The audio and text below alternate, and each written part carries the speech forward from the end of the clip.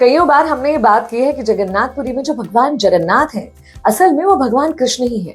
लेकिन कैसे भगवान कृष्ण भगवान जगन्नाथ बन गए, इसे आज डिटेल में इस कहानी में समझते हैं। मैं हूँ विनी आपके साथ। ये कहानी तब की है जब महाभारत का युद्ध बस खत्म ही हुआ था। उस युद्ध में इतना विध्वंस हुआ, इतनी जानें गई, ये देखकर गांधारी बहुत दुखी थी, जो अपने 100 के 100 पुत्रों को खो चुकी थी। तब उन्होंने श्री कृष्ण को श्राप दिया, क्योंकि उन्हें लगता था कि श्री कृष्ण चाहते तो ये सब कुछ रोक सकते थे, क्योंकि वो तो भगवान थे, और उन्होंने रोका नहीं। गांधारी ने श्राप दिया कि जैसे मेरा कुल, मेरा खानदान खत्म हुआ है ना, तुम्हारा यदुवंश भी आपस में लड़कर खत्म हो जाएगा और तुम भी मृत्यु को प्राप्त हो जाओगे। करीब 35 साल बाद इस श्राप ने असर दिखाया। यदुवंश के लोग आपस में लड़े भिड़े, द्वालिका नगरी भी डूब गई। और एक दिन जंगल में जब एक वृक्ष के नीचे श्री कृष्ण विश्राम कर रहे थे, तभी वहां पर जरा नाम का एक बघेलिया आया। उसने पेड़ के नीचे कुछ हलचल देखी और उसे लगा कि कोई हिरन है। उसे अपना शिकार बनाने के लिए उसने तीर चलाया और तीर लगा श्री कृष्ण के पैर में।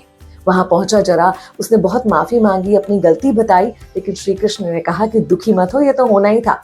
पिछले जन्म में जब मैं राम था तब तुम बाली थे और मेरे हाथों तुम्हारा वध हुआ था। इस जन्म में मेरी मृत्यु तुम्हारे हाथों होना तो तय ही थी, तो तुम बुरा मत मानो। बहुत ही भारी मन से जरा ये समाचार अर्जुन को देता है।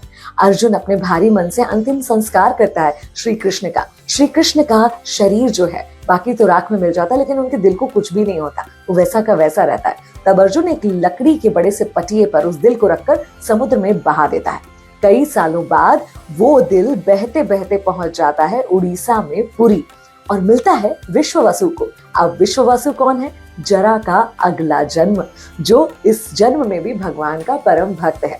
उसे जब समुद्र में तैरकर आता हुआ एक नीला दिव्य पत्थर सा नजर आता है, तो वो उसे अनुभूति देता है कि जरूर इसमें कोई दैवीय शक्ति है। और विश्ववसु, जो कि सबर जनजाति का मुखिया था, वो उसे अपनी गुफा में रखकर पूजने लगता है और नाम देता है उन्हें भगवान नील माधव का। इंद्रद्युम्न, जो मालवा के राजा थे और भगवान नारायण के परम भक्त थे, जब उन्हें नील माधव के बारे में पता चलता है तो उनके मन में दर्शन की इच्छा जागृत होती है। लेकिन नील माधव के दर्शन सबर जनजाति के अलावा कोई भी नहीं कर सकता था। तब उनका साथी विद्यापति विश्ववसु की बेटी से विवाह करता है और किसी तरह भगवान नील माधव तक पहुंचता है। अब वो तो नील माधव तक पहुंच गया, लेकिन फिर भी राजा इंद्रद्युम्न नील माधव तक पहुंच नहीं पाए थे और उनके मन में बहुत मलाल था इस बात का। तभी एक बार स्वप्न में भगवान नारायण आते हैं और राजा इंद्रद्युम्न से कहते हैं कि मैं खुद तुम्हारे पास आ जाऊंगा, लेकिन उसके लिए तुम्हें उड़ीसा के पुरी में भव्य मंदिर बनवाना होगा और वहां पर मूर्तियां भी स्थापित करनी होगी, और उन मूर्तियों के लिए एक लकड़ी का टुकड़ा तुम्हें खुद समुद्र किनारे मिल जाएगा। वाकई ऐसा हुआ, भव्य मंदिर बनाया गया और इंद्रद्युम्न को एक लकड़ी का बड़ा सा टुकड़ा भी समुद्र किनारे मिला। लेकिन राजा और उसकी पूरी सेना मिलकर उस लकड़ी के लट्ठे को, टुकड़े को हिला भी नहीं पा रहे थे। तब उन्हें विश्ववसु का ख्याल आया, जो नील माधव के परम भक्त थे।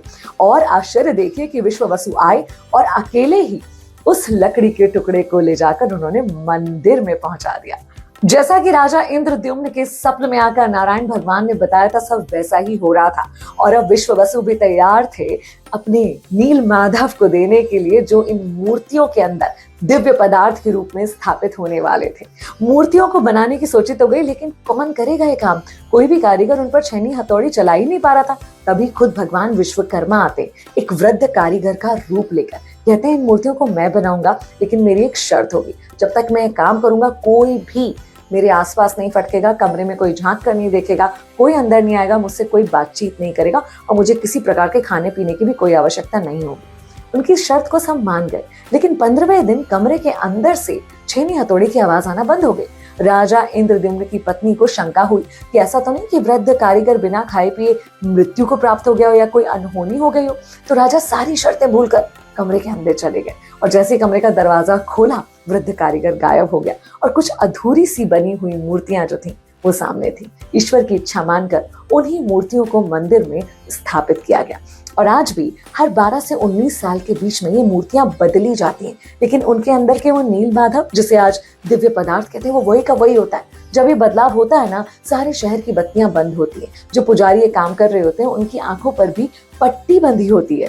इसलिए किसी ने आज तक उस दिव्य पदार्थ को देखा नहीं है। पुजारियों से उनके अनुभव के बारे में पूछो तो ऐसे कहते हैं कि कुछ ऐसा लगता है कि छोटा सा फुदकता हुआ खरगोश उनके हाथ में होता है। कहते हैं अगर कोई उन्हें देख ले तो अंधा हो सकता है। दिव्य प्रकाश ऐसा होता है उस दिव्य पदार्थ का। साथ ही साथ ये भी माना जाता है कि प्रकाश के संपर्क में आते ही उसमें से एक इलेक्ट्रिसिटी जैसा करंट जनरेट होता है, इसलिए आसपास पूरी तरह से घुप अंधेरा कर दिया जाता है। ऐसे बहुत सारे रहस्य हैं जगन्नाथपुरी में। यह कह सकते हैं यही है हमारे सनातन धर्म की खास बात।